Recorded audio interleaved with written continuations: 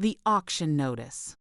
Lily perched on the arm of Uncle Richard's capacious armchair, affecting a casual air that belied the turmoil within.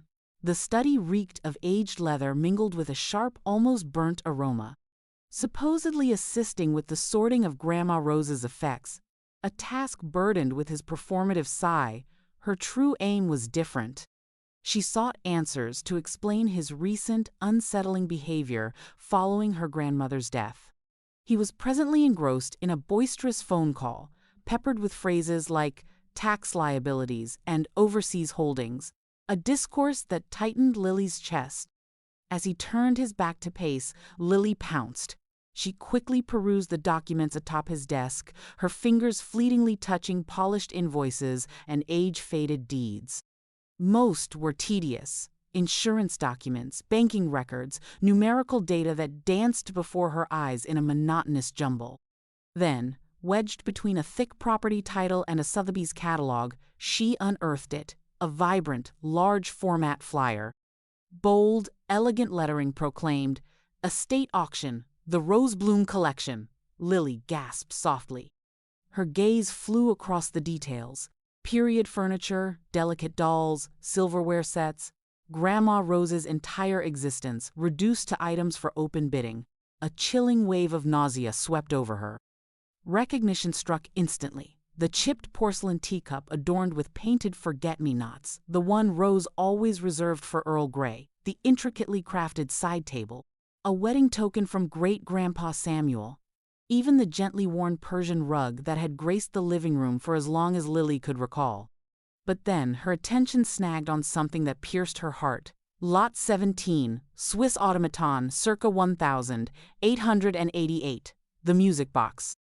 Countless times, Grandma Rose had recounted its history, a captivating, elaborate creation featuring diminutive figures that twirled to a sweet, lilting tune.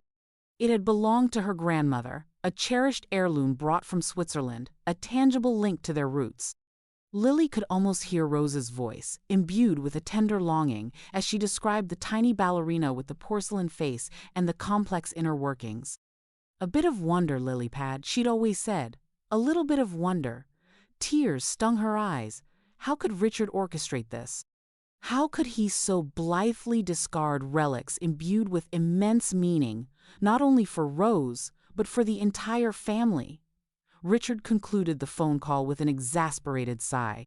Turning back to the desk, his face reflected weary impatience. "Find anything useful, Lily?" Clutching the auction announcement behind her, her knuckles bone white, Lily stammered. "Just old paperwork, attempting to maintain composure." She couldn't confront him now, still reeling from the shock. She needed time to gather her thoughts, to formulate a plan. Excusing herself with a fabricated headache, she fled the study. As she walked down the corridor, the image of the music box burned in her mind. It had to be preserved. Everything had to be protected. That evening, following a dinner marked by strained silence and untouched plates, Lily cornered Richard in the library. He was seated with a glass of amber liquor, his features cast in the dance of firelight. "Uncle Richard," she started, her voice wavering slightly, "I saw the auction catalog." He sighed deeply, a drawn-out expulsion of breath that filled the space. "Ah, yes. Well, it's for the best, Lily. We need to be sensible." "Sensible? You're selling Grandma Rose's possessions, everything she treasured." Lily's voice escalated with each word, her carefully constructed facade fracturing. He took a generous sip of his drink, avoiding her gaze. "It's just things, Lily. Sentimental value won't settle accounts. Besides, the residence is cluttered. We need to lighten the load." "But the music box," Lily's voice broke. "Grandma Rose cherished it. It was her grandmother's. It's integral to our ancestry." He waved his hand dismissively. "An antiquated trinket. Apparently, it's worth something. Someone else will value it more." Lily stared at him, her heart hammering a furious rhythm of fury and incredulity. "You don't comprehend, do you? It's not about the worth. It's about the memories. It's about honoring Grandma Rose's memory." He sighed again, a sound that rasped against Lily's nerves. "Lily, sweetheart, you're overreacting. I'm overseeing this. No need for you to fret your pretty head about it. His patronizing tone proved to be the breaking point. Lily's hands balled into fists. I am not overreacting. And it's not just things. These embody our recollections, our past, and I will not allow you to dispose of them as if they are worthless. Richard chuckled, a hollow, mirthless sound. And what do you intend to do, Lily? You're simply a child. Lily straightened her posture, her chin lifted in defiance, her eyes radiating conviction. I haven't determined that yet, she asserted, her voice resolute despite the tremor in her hands. But I will discover a way. I promise you, Uncle Richard, I will halt your plans. She spun and exited the library, leaving him alone in the fire's glow, the heavy scent of whiskey lingering in the air. She was unsure of her course of action, but one truth was unwavering. She would not permit Grandma Rose's treasures to be scattered to the four winds. She wouldn't allow her memories to be auctioned off piece by piece. Whispers of Rose. The scent of dust motes and dried lavender hung heavy in the attic air, a familiar perfume that wrapped around Lily like a comforting shawl. Sunlight, fractured by the grimy panes of the dormer window, cast dancing shapes across the room, illuminating the forgotten treasures Grandma Rose had lovingly collected over a lifetime. Lily stepped carefully, the floorboards groaning a mournful song beneath her feet. This was Rose's sanctuary, a repository of memories whispered on the breath of time. Richard's words still stung, his dismissive tone echoing in her ears. Sentimentality doesn't pay the bills, Lily. He didn't understand. These weren't just objects. They were fragments of Rose, tangible pieces of her spirit. Lily ran her fingers along the smooth, cool surface of a globe, its faded colors hinting at exotic lands. She remembered Rose tracing routes with a slender finger, recounting daring adventures of explorers and pirates. Imagine, Lilybug, she would say, her eyes twinkling, sailing to the Spice Islands, smelling the cloves and cinnamon on the breeze. She moved towards a tarnished brass telescope, its lenses clouded with age. Rose had shown her constellations through it, naming each star with a reverence that bordered on worship. Every star, she declared, is a tiny sun burning bright in the vast darkness. Never forget to look up, Lily. There's always something amazing to see. A small, intricately carved wooden box caught her eye. Inside, nestled on faded velvet, lay a compass. It wasn't particularly ornate, but Rose had told her it was her most prized possession. This little compass, Lilybug, guided me across the Atlantic. Your grandfather and I, barely 20, with nothing but a dream and a leaky sailboat. Lily picked it up, the cool metal grounding her. She could almost hear Rose's voice, raspy with age, but vibrant with the memory. We were caught in a terrible storm, the waves crashing over the deck, the wind howling like a banshee. Your grandfather, God rest his soul, was below deck, bailing water for all he was worth. I was at the helm, terrified, but determined. The compass, that little thing, was the only thing I could trust. It pointed true north, and I followed it, blindly, until we finally found our way to calmer waters. Rose had always emphasized the importance of courage, of trusting your instincts, of finding your own true north. She had lived a life filled with adventure, with love, and with a quiet strength that Lily had always admired. Lily closed her eyes, clutching the compass tightly. A wave of emotion washed over her, a potent mix of grief, anger, and unwavering resolve. She wouldn't let Richard strip away Rose's legacy piece by piece for a few paltry dollars. A sudden draft of cool air swept through the attic, raising goosebumps on Lily's arms. It felt like a gentle caress, a whispered encouragement. She opened her eyes, a newfound determination hardening her gaze. She needed a plan, a strategy. Richard was powerful, ruthless, and undeniably clever. She couldn't fight him head-on. She needed to be smarter, more resourceful. Rose hadn't faced down a raging storm with brute force. She had used her wits, her courage, and her unwavering faith in the little compass. Lily glanced around the attic, her gaze lingering on each object, each memory. The globe, the telescope, the compass, they weren't just objects, they were clues. Clues to Rose's life, her spirit, her indomitable will. An idea began to form, tentative at first, like a seedling pushing through hard earth. It was audacious, risky, and utterly insane. But it was also the only idea she had. And somehow, standing there in the dusty attic, surrounded by the whispers of Rose, she knew it just might work. She smiled, a small, defiant smile that held the promise of a storm to come. The scent of lavender seemed stronger now, a sweet, floral affirmation. Lily took a deep breath, filling her lungs with the essence of her grandmother. "Don't worry, Grandma Rose," she whispered, her voice barely audible above the creaking of the house. "I won't let him, I promise." Sam's tech to the rescue. Lily burst through the door of Chen's Fixes, the bell above tinkling a chaotic welcome. Sam looked up from a disassembled laptop, a strand of black hair falling across his brow. The air in the shop hummed with the low thrum of servers and the scent of soldering flux. "Lily, you look like you've seen a ghost. Or 10, Sam said, pushing back his chair. "Worse. Richard. Auction. Grandmother's things," Lily blurted out, the words tumbling over each other. Sam's expression tightened. "He's actually going through with it?" Lily nodded, sinking into the battered armchair in the corner. "The auction's next week. He's already got everything cataloged and photographed. I don't know what to do." Sam swiveled in his chair, his fingers flying across the keyboard.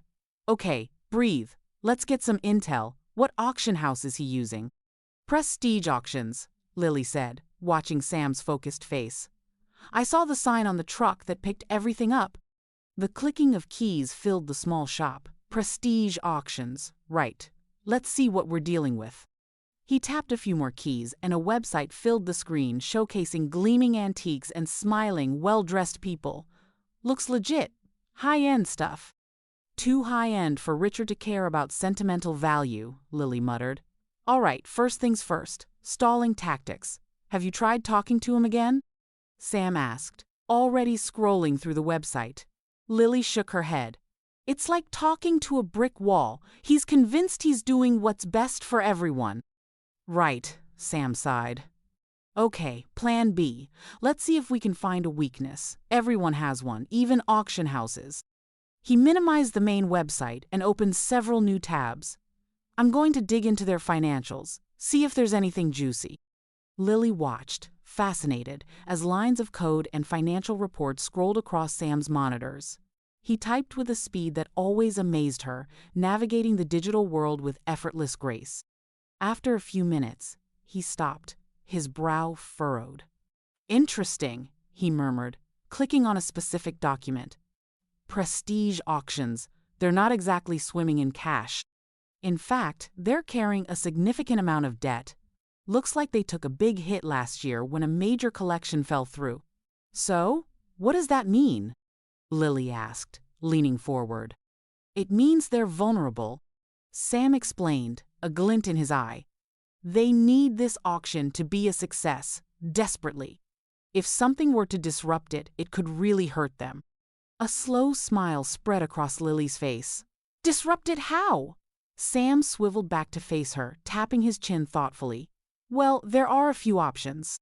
We could try to flood the auction with fake bids, drive up the prices to ridiculous levels, and then disappear. It sounds risky. And Richard would still get his money eventually," Lily pointed out.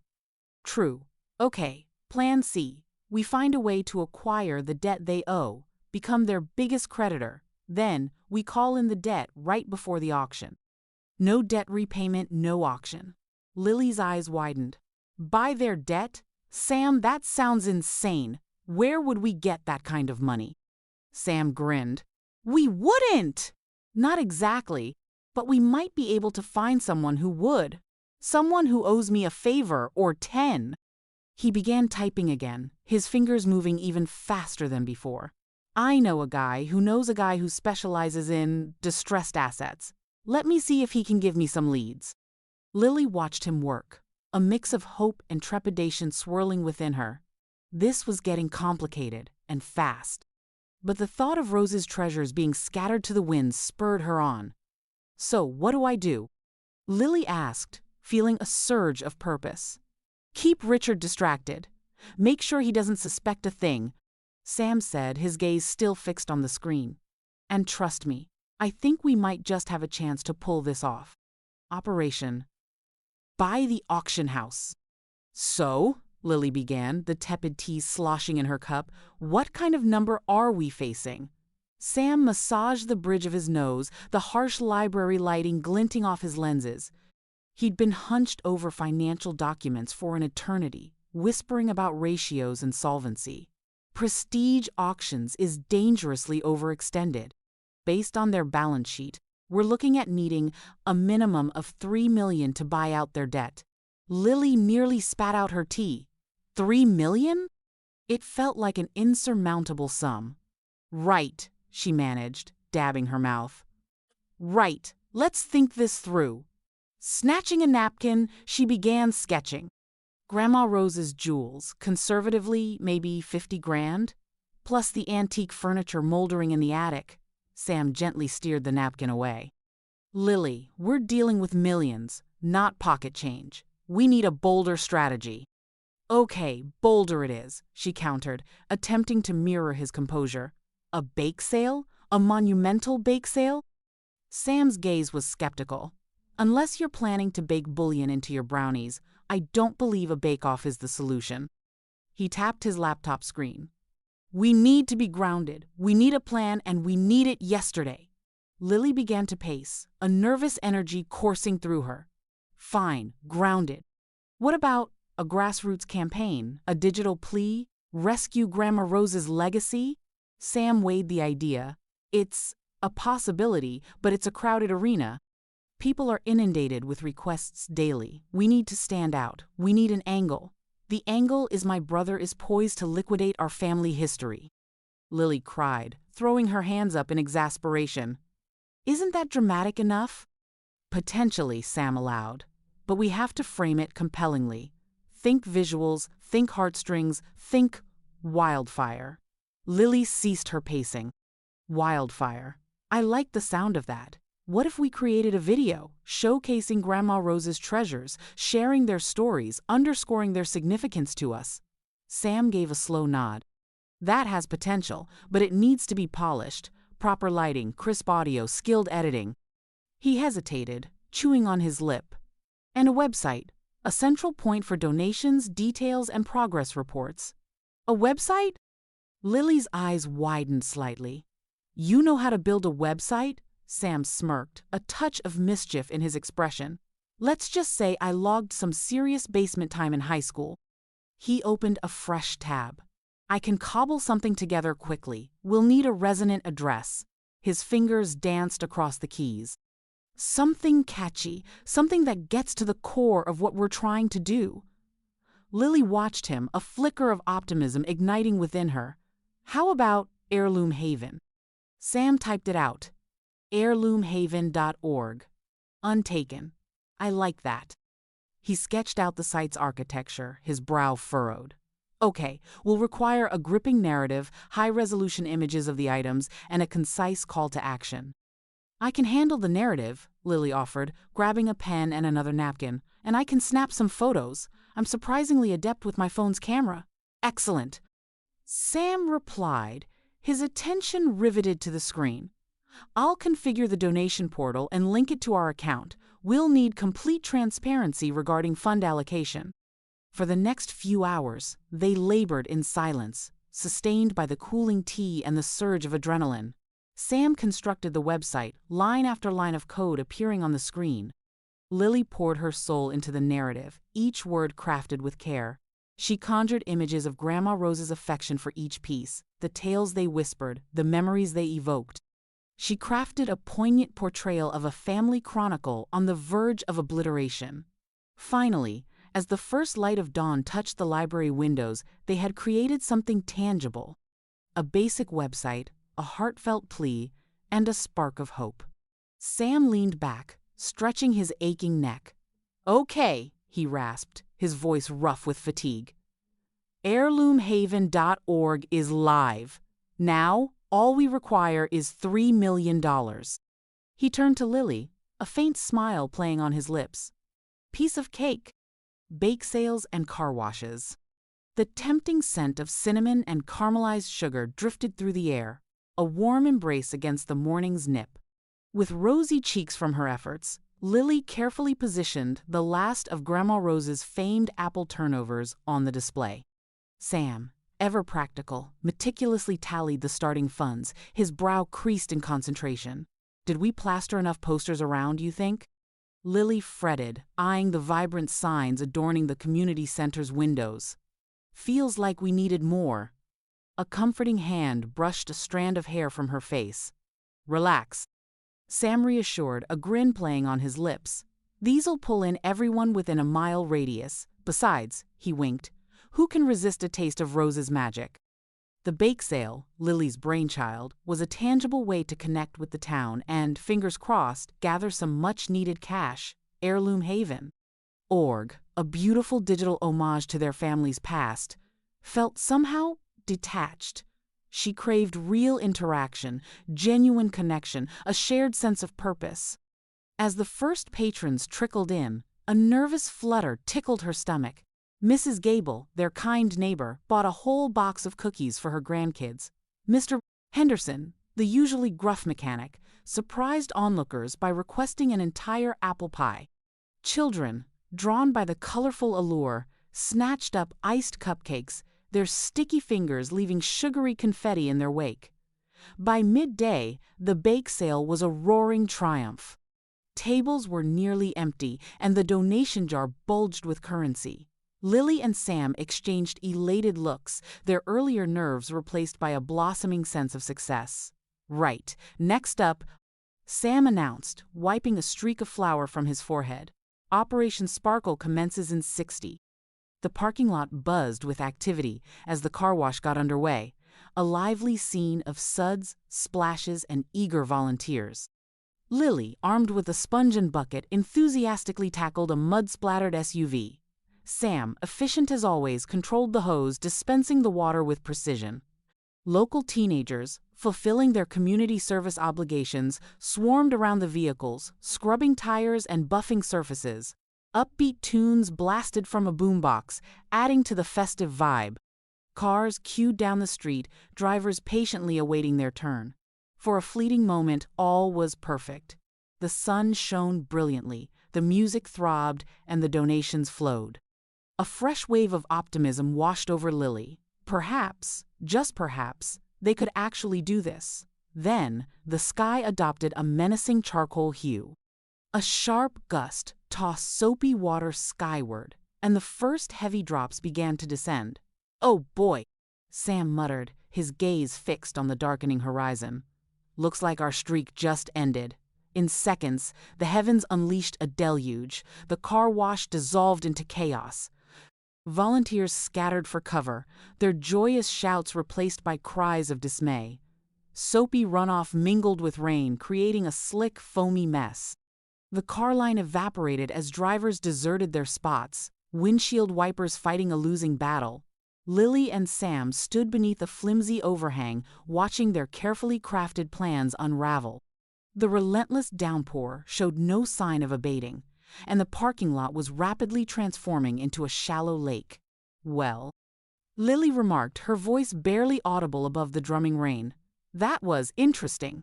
Sam sighed, raking his sodden hair from his face. "Yeah, a complete bust." The donation container, now waterlogged and almost bare, sat dejectedly on a table.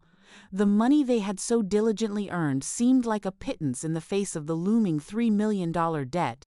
As the rainfall persisted, a sinking despair threatened to engulf her. Had they been naive to think they could actually make a difference?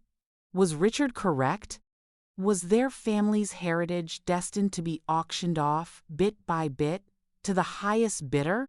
The talent show showdown. Lily slapped another flyer onto the community center bulletin board, the bright yellow paper a stark contrast to the faded notices already there. Bloom Family Benefit Talent Show. It proclaimed in bold, hand-drawn letters. Below, a cartoon microphone sang a slightly off-key note. "Think anyone will actually come after the monsoon at the car wash?" Sam asked, leaning against the doorway. He was meticulously adjusting the volume on his phone, testing the sound system they'd be using for the show. Lily stepped back to admire her work, tilting her head. Of course, everyone loves a good talent show.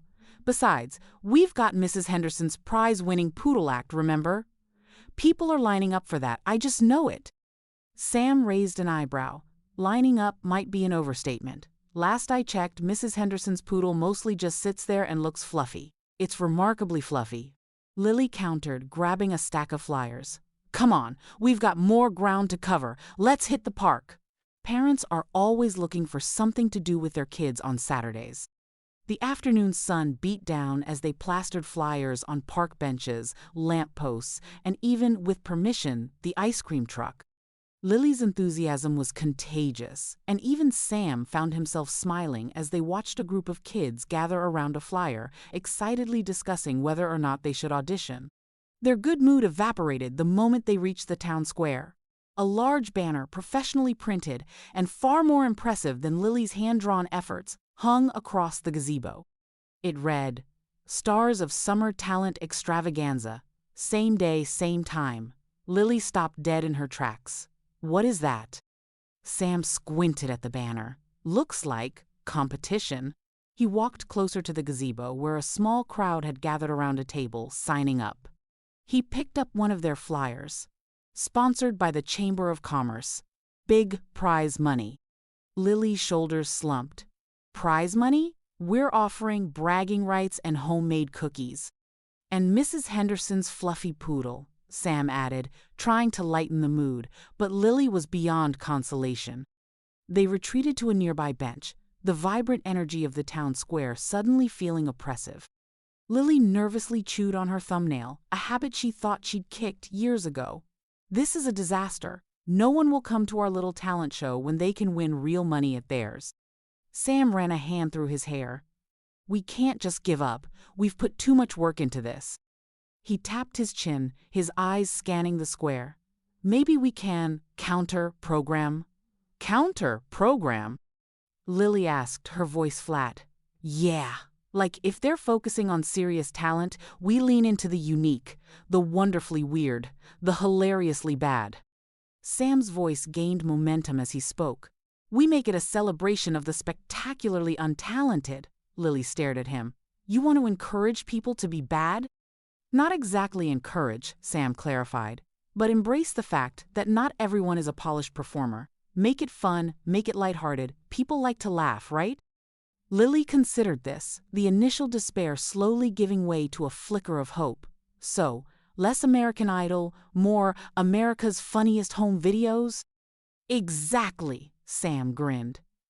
We'll need to get the word out, emphasize the fun, the silliness, the complete lack of pressure. We'll call it the Anti-Talent Talent Show. The idea, though unconventional, sparked something in Lily. It was a long shot, but it was better than admitting defeat. Okay, she said, a determined glint returning to her eyes. Let's get to work. We need to rewrite those flyers. But as they walked back towards the community center, the weight of their situation settled over them again.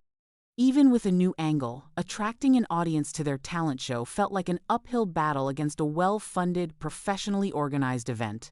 The thought of an empty community center, filled only with Mrs. Henderson and her remarkably fluffy poodle, hung heavy in the air. Grandma Rose's legacy, by Peedle Com, by comma Rose's legacy. The sugary tang of yeast permeated the bakery as Lily arranged yesterday's unsold treats. Sunlight spilled through the glass, turning dust motes into fleeting stars above the worn floor. Yet, a dull ache resided within her, a spirit as subdued as an unleavened loaf. Though Sam's anti-talent idea had gained online momentum, a nagging guilt persisted, a disloyalty to the genuine gifts she knew lived within her neighbors. Mrs. Gable, her apron a permanent cloud of flour, observed Lily with knowing empathy. You look like you've been chewing on rhubarb, dear. Still fretting about this alternative showcase? Lily exhaled, tucking a wisp of hair behind her ear. It's just, I hate the thought of people feeling mocked. And what if the turnout is dismal? Richard's gala has all the fancy trimmings. A low, comfortable chuckle rumbled from Mrs. Gable. Richard Bloom always did have a magpie's eye for the bright and shiny, but folks remember kindness, Lily. They remember Rose. Her voice softened, her gaze distant. Your grandmother was a guiding light in this town. She possessed the rare ability to make everyone feel valued, acknowledged. Remember when my oven gave out right before the Harvest Festival? Rose marshaled the entire community, turning every kitchen into a temporary bake shop. We were practically swimming in pies. Lily's lips curved into a smile, the image vivid. Grandma Rose always said that community was the crucial ingredient in any creation. Indeed, Mrs. Gable affirmed. Reaching across the counter, she gave Lily's hand a comforting pat. Here's an idea. I'll judge, not for artistry, mind you, but for genuine heart. I can spot sincerity a mile off, and that's what Rose cherished. Lily's face lit up. Mrs. Gable, that's wonderful, thank you. The bell above the door jingled, announcing an arrival. Mr. Henderson, the retired band instructor, entered, his trombone case reflecting the light like tarnished gold. Lily, my dear, he greeted, his voice a gentle rasp. Heard tell about your undertaking. Richard's throwing quite a spectacle, isn't he? Lily's stomach tightened.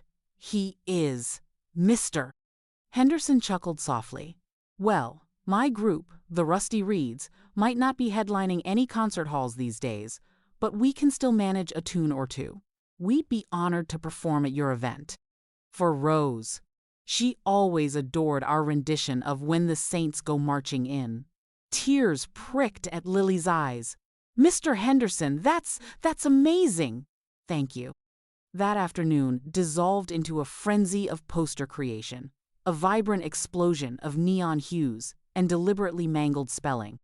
Sam, ever practical, devised a point system rewarding unadulterated audacity and comedic flubs. So Bad It's Good was emblazoned across every available surface. News of Mrs. Gable's judging and the Rusty Reeds' participation spread like wildfire. Word of mouth, it turned out, possessed more marketing power than any expensive publicity campaign. It wasn't the allure of glitz or glamour that drew people. It was the cherished memory of Rose, the promise of shared laughter, and the chance to rally behind Lily's audacious endeavor. The day of the anti-talent show arrived, bathed in sunshine. The town square pulsed with a vibrant energy Lily hadn't experienced since her childhood. Folding chairs filled the space, surrounding a stage constructed from reclaimed pallets and cheerfully draped tarps. The performances reached new heights of glorious side-splitting awfulness. One man struggled to play the ukulele with his toes. A gaggle of teenagers executed a landlocked synchronized swimming routine. A local dog howled an impromptu duet to a polka. The audience erupted in laughter, tears streaming freely. Even Richard, who had arrived with a skeptical air, couldn't suppress a widening grin. The Rusty Reeds ascended the stage, their instruments slightly off-key, their enthusiasm infectious. As they launched into When the Saints Go Marching In, the entire town joined in, their voices blending into a joyous, slightly chaotic harmony that echoed through the streets. Lily stood in the wings, witnessing the spectacle, her heart brimming. It wasn't about aptitude or the lack thereof. It was about community, about remembrance, about the enduring legacy of Grandma Rose. It was about proving that even the most unconventional act of defiance could spark a flicker of hope. And as the final notes reverberated, Lily knew, with unwavering certainty, that she wasn't fighting this battle alone. The hidden treasure, lingering echoes of laughter mingled with the rustle of discarded raffle tickets as Lily surveyed the aftermath. The anti-talent show, against all odds, had been a smash. Well, for everyone except Richard, who'd made a dramatic exit midway through Agnes's bizarre vacuum cleaner chicken dance. But had the revelry translated into enough funds? Sam, ever grounded, squinted at the fundraising spreadsheet on his screen. The digital figures cast a disheartening glow on Lily's face. Just shy, he reported, adjusting his glasses. Agonizingly close, but still short. Lily sank into a nearby armchair, the floral upholstery prickling her skin. Nearly there wasn't good enough. It meant Richard still had a fighting chance to dismantle Grandma Rose's dream, a painful brick-by-brick demolition. There has to be another way, she murmured, half to herself. Her gaze wandered to the towering bookshelf, a repository of Grandma Rose's cherished books and journals. An idea sparked, fragile as a pilot light. Her journals! She exclaimed, suddenly energized. Grandma Rose had chronicled everything: recipes, gardening tips, neighborhood gossip, and, perhaps, a vital clue. Sunlight filtered through the window, illuminating dancing dust motes as Lily retrieved the first journal. Its leather cover, softened by years of use, released a comforting aroma of dried lavender and aged paper, whisking her back to childhood days, nestled at her grandmother's feet, captivated by stories. She began to leaf through the pages, searching for any whisper of a concealed nest egg. Sam, his brow furrowed in thought, joined the search. They wrestled with elliptical entries about prize-winning dahlias, philosophical ponderings, and meticulous accounts of bridge club socials. Hours bled into the early evening, the sunlight fading into a muted apricot. Lily's initial optimism began to wane. Each journal revealed only glimpses into Rose Bloom's beautiful yet ordinary life. Disheartened, she almost conceded defeat. Then, in the very last volume, nestled between a pressed rose and a handwritten grocery list, lay a discovery: a time-worn photograph of Grandma Rose, radiant, holding a small azure album. On the back, in her unmistakable script, was inscribed, "My hidden treasure. Seek those of a like mind. Birds of a feather?" Sam echoed, scratching his head in puzzlement. What could that mean? Lily's eyes lit up. The birdhouse, out in the garden! They bolted outside, the evening chill whipping through their hair. The dilapidated birdhouse, tilting precariously, clung to a branch of the ancient oak. It had been a garden fixture for as long as Lily could recall. With trembling fingers, she carefully detached the birdhouse. It felt surprisingly weighty. Turning it over, she located a tiny, almost imperceptible latch. Depressing it, a secret compartment sprang open. Inside, nestled amidst dried leaves and twigs, was a collection of stamps. But not just any stamp hundreds, meticulously arranged in albums, a vibrant tapestry of colors and designs, depicting everything from exotic avians to historical icons. Sam, peering over her shoulder, exhaled softly. "Incredible," he whispered. Grandma Rose was a philatelist? Back inside, bathed in the warm kitchen light, they meticulously examined the collection.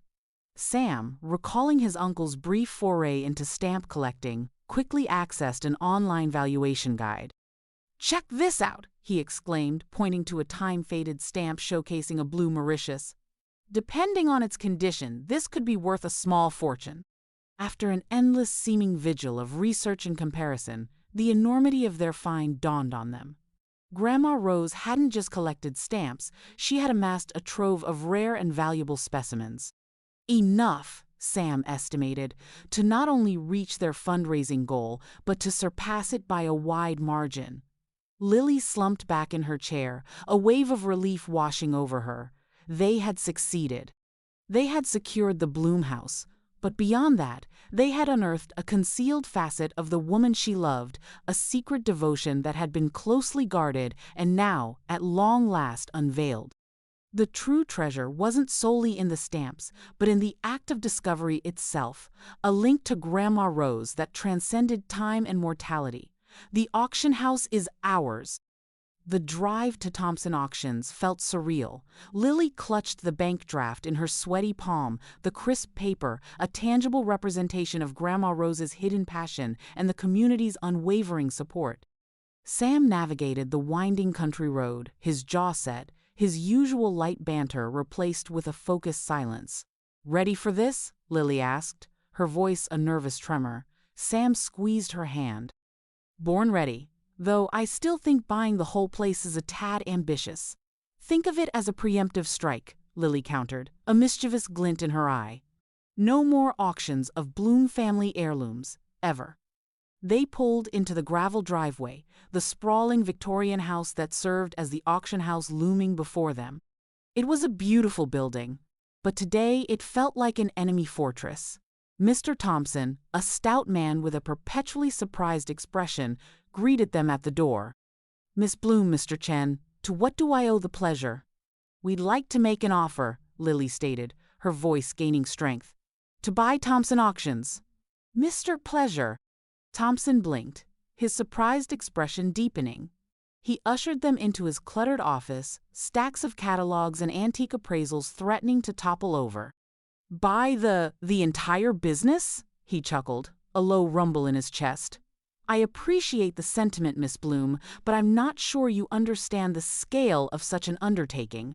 Lily slid the bank draft across his desk. We've done our research, Mr. Thompson. This is our offer. He picked up the draft, his eyes widening as he scanned the amount. He looked from the draft to Lily, then to Sam, a flicker of something akin to respect in his gaze. This is generous, more than generous, actually. We know what this business means to you, Mr. Thompson, Sam interjected, his voice calm and steady. But we also know what those heirlooms mean to Lily and her family. This isn't just about stopping the auction, it's about preserving a legacy. Lily added, My grandmother loved this town, Mr. Thompson. She dedicated her life to it, selling off her things. It felt like a betrayal, not just to her memory, but to the whole community. Mr. Thompson leaned back in his chair, his fingers steepled beneath his chin. He was silent for a long moment, the only sound the ticking of an antique grandfather clock in the corner. I've been doing this for 40 years, he finally said, his voice softer than before. Built this business from the ground up, but, lately, it's felt different. The cutthroat bidding wars, the families torn apart over possessions, it's lost some of its appeal. He sighed. And I confess, Miss Bloom, your grandmother was always a bright spot, a true original. I always admired her spirit. He looked at the draft again, then back at Lily. All right, he said, his voice firm. I accept your offer. Lily gasped, a wave of relief washing over her. Really? Just like that? Mister? Thompson smiled, a genuine, almost wistful smile. Just like that, on one condition. Lily's heart skipped a beat. Condition? I get to attend the anti-talent show. I hear Mrs. Higgins is doing a remarkable interpretive dance. Lily grinned. Deal. The next day, Lily and Sam returned to Thompson Auctions, this time as the new owners.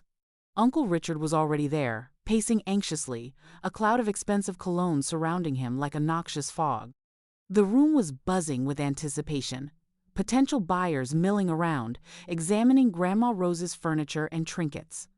Mr. Thompson cleared his throat, stepping onto the small stage. Ladies and gentlemen, I have an announcement. He paused, allowing the murmurs to subside. Due to unforeseen circumstances, the auction scheduled for today has been canceled. A collective gasp filled the room. Uncle Richard's face turned a shade of purple, usually reserved for eggplants. Lily stepped forward, taking the microphone from Mr. Thompson. That's right, everyone. The auction is off. And the best part is, she paused for dramatic effect, a wide smile spreading across her face. Thompson Auctions is now Bloom Auctions. And we're keeping all the heirlooms right here where they belong, Uncle Richard sputtered, his face contorted with rage. You can't do that. This is outrageous. I have a contract. Lily simply shrugged, holding up the keys Mr. Thompson had handed her. Guess you'll have to take it up with the new owner, Uncle Richard. A legacy of love. The Thompson Auctions keys felt substantial in Lily's palm, a weighty promise and the culmination of a hard-fought battle. Sam's quiet presence offered a steadying anchor. Dawn painted elongated figures across the deserted lot as they neared the structure, its once imposing architecture now whispering possibilities. Ready to unleash a legacy? Sam's question held a trace of amusement. Lily inhaled deeply. Absolutely. Inside, the auction house was eerily hushed, absent the frenetic energy of bidding wars and the hushed breathlessness of speculators. A faint aroma of aged timber and polished wax lingered, a spectral echo of bygone valuables. Today, however, belonged to them. Lily beelined for the storage room, her pulse quickening. Rows of numbered crates stretched into the distance, each containing a fragment of her ancestry. She swiftly located the manifests, meticulously matching the lot numbers with Grandma Rose's journal entries. With Sam's assistance, the unpacking began. The first box revealed Grandma Rose's cherished porcelain dolls, their painted gazes seeming to track Lily's every move. Each possessed a name, a personal history, a reserved space within Rose's affections. With delicate care, Lily unwrapped each, recalling childhood hours spent enraptured by Rose's imaginative narratives woven around these miniature lives. The following crate contained the Bloom family quilts, each stitch a silent testament to generations of women who poured their passion and artistry into vibrant textiles. Lily's fingers traced the intricate patterns, feeling a kinship with their collective heart. One quilt, the Friendship Quilt, especially resonated, a gift from the Bloom Creek women celebrating Rose's arrival. Each square bore a different signature, a tangible symbol of her grandmother's acceptance. As the morning unfolded, the storage room morphed into a veritable archive of Bloom history. Grandpa Bloom's collection of vintage tools appeared, each flawlessly maintained and still remarkably sharp. Photographs, correspondence, and intimate diaries unveiled glimpses into the lives of forebears. And naturally, Rose's collection of musical scores, their parchment pages filled with melodies that had once resonated through the Bloom abode. "We must share this," Lily declared, her voice thick with emotion. "Everyone deserves to witness this." Sam concurred. "An exhibition?" "More than that," Lily countered, her mind already sketching plans. "A true celebration." The metamorphosis of Thompson Auctions commenced without delay. Lily, with Sam as her stalwart, mobilized the community once more. Volunteers flocked to assist, eager to clean, paint, and arrange. The auction block was disassembled, replaced by a stage emblem of their revitalized emphasis on community and artistry. The walls were refreshed in inviting colors, and the harsh illumination was exchanged for gentler, more welcoming lights. Lily earmarked a substantial portion of the building for the Bloom family treasures. She envisioned an exhibit, not merely a display, but a vibrant narrative of her lineage and their connection to Bloom Creek. Each piece was thoughtfully placed and accompanied by descriptive labels, punctuated by excerpts from Rose's journals and evocative photographs. The Friendship Quilt was prominently displayed, a symbol of the community's enduring ties. Grandpa Bloom's tools were artfully arranged on a workbench, as though he had momentarily paused his work. Rose's sheet music rested serenely on a grand piano, beckoning visitors to sit and play. The grand opening of the Bloom Creek Community Center proved a resounding triumph. The entire town showed up, keen to behold the transformed auction house and honor their shared past. Lily stood radiant next to Sam, observing as people strolled through the exhibit, their faces illuminated with recognition and affection. Old acquaintances swapped cherished Rose anecdotes, punctuated by laughter and shared memories. Children scampered through the space, their youthful voices ringing with excitement. The stage hosted a rotation of local musicians, artists, and storytellers, showcasing the community's vibrant creative talents. Lily noticed Mrs.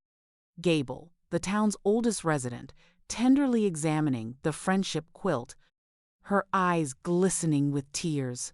"Rose was a true treasure," she whispered, her voice laden with feeling. "She united us all." Later, as the crowd dispersed, Lily discovered herself alone in the exhibit, enveloped by her family's legacy. She gently touched Rose's sheet music, feeling a rush of love and gratitude. "We did it, Grandma," she murmured. "We safeguarded our inheritance."